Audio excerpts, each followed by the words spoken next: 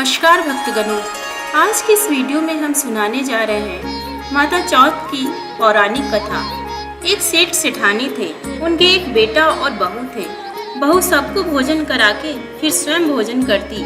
एक पड़ोसन ऐसी भी थी जो रोज पूछती कि बहू आज क्या बनाया खाया है। बहू कहती ठंडो बासी। एक दिन उसके पिता ने ऐसा सुनकर विचार किया कि आज तो पकवान बनाया जाए, फिर देखे कि मेरी पत्नी क्या करती है।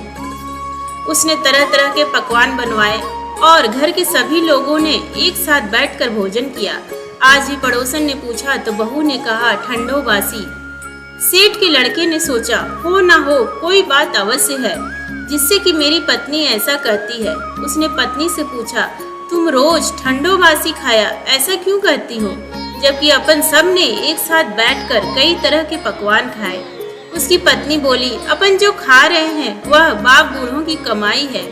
जिस दिन आप कमा कर लाओगे उस दिन मैं समझूंगी कि ताजा भोजन कर रहे हैं। अब एक दिन लड़के ने माँ से कहा मैं एक बड़े शहर में कमाई करने जा रहा हूँ। माँ बोली बेटा अपने पास इतना धन है कि खाया नहीं छूटेगा। माँ के मना करने पर भी बेटे ने स्वयं कमाने का दृढ़ निश्चय कर लिया और जाते समय पत्नी से कहा मैं जब तक कमा कर बहुत सा धन लेकर ना आऊं तुम चूल्हे की आग मत बुझने देना।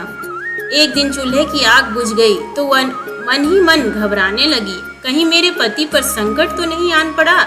जल्दी से पड़ोस में से आग लाकर चूल्हे में रख दूं। ऐसा विचार करके पड़ोस में गई। वहाँ पड़ोसन चौथ माता का व्रत पूजन कर रही थी।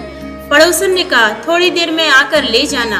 बहू ने पड़ोसन से पूछा आप यह व्रत क्यों करती है, इससे क्या मिलता है। पड़ोसन ने कहा चौथ माता के इस व्रत को करने से अन्न लक्ष्मी मिले और अपनी मनोकामना पूरी हो। अब बहू भी चौथ माता का व्रत करने लगी। दीवार पर चौथ माता बनाई। उस दिन घी गुड़ का चूरमा बनाकर रात्रि को चंद्रमा को अर्घ्य देकर भोजन करती। ऐसा करते करते बहुत दिन हो गए। चौथ माता ने उस बहू के पति को सपना दिया कि साहूकार का बेटा तू जागे कि सोवे, तेरी पत्नी बहुत याद कर रही है। घर जाकर उसकी चिंता मिटा। तू दुकान खोलकर कंकु केशर का पगलिया बना के बैठ जाना। आज तेरा हिसाब किताब चुकता हो जाएगा। अब तो चौथ माता ने जैसा कहा था वैसा ही हुआ। उसने घर जाने की तैयारी की और गाड़ी भर के धन दौलत लेकर चल दिया। रास्ते में एक बड़ा सा काला नाग फन फैलाए बैठ गया और कहने लगा आज तो मैं तुझे डसूंगा, छोड़ूंगा नहीं। आज तेरी आयु पूरी हो गई। सेठ ने लड़के से कहा आज चौथ माता ने मुझे सपना दिया तो मैं पत्नी से मिलने घर जा रहा हूँ। वहाँ मेरी पत्नी बहुत चिंता कर रही है, मैं उससे मिलकर जरूर आऊंगा, तब तुम मुझे डस लेना। नाग ने कहा तुम शपथ पूर्वक कहकर जाओ तो मैं तुम्हें जाने दूंगा, परंतु लौट कर नहीं आए तो तुम्हारे घर आकर मैं तुम्हें डस लूंगा।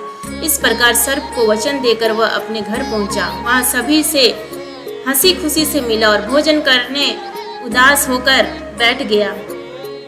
उसकी पत्नी ने उदास होने का कारण पूछा तो पति ने काले नाग वाली बात बताते हुए कहा यदि मैं उसके पास नहीं जाऊंगा तो वह घर आकर ही मुझे डस लेगा। पत्नी बहुत चतुर थी।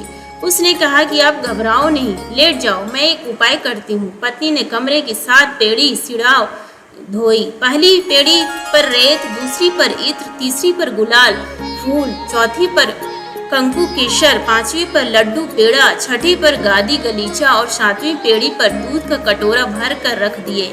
इस प्रकार वह 7 ही पेड़ी सजाकर बैठ गई। आधी रात होते ही नाग आकर पेड़ी चढ़ने लगा। पहली पेड़ी पर रेत में चोट लौट गया और कहने लगा कि सेठ की बहू ने आराम तो बहुत किया पर वचनों से बंद कर आया हूँ, सो डसूंगा अवश्य ही। इसी प्रकार 7 पेड़ियों पर नाग आराम करता हुआ और कहता हुआ कि डसूंगा जरूर कमरे में जाने ही वाला था कि चौथ माता ने विचार किया कि मैं इसे नहीं बचाऊंगी तो संसार में धर्म कर्म और व्रत पूजन को कौन मानेगा। अब तो गणेश जी, चंद्रमा जी और चौथ माता ने उसे बचाने का विचार किया। चंद्रमा जी ने उजाला किया, चौथ माता ढाल बनी और गणेश जी ने तलवार लेकर नाग को मार दिया और ढाल से डंग ढक दिया। अब बहू भी थकी हारी सो गई। दिन उगा तो लोग बेटे से मिलने आए, परंतु बेटा बहू तो उठे ही नहीं थे। बहुत देर हो गई तो माँ उन्हें उठाने गई। माँ ने 7 पेड़ियों पर तो जो कुछ देखा तो बहुत घबराई और बेटा बहू को आवाज लगाई। बेटा बहू उठे तो देखा कि एक ढाल तलवार वहाँ पड़ी है। अब ढाल उठाई तो वही काला नाग मरा हुआ पड़ा है।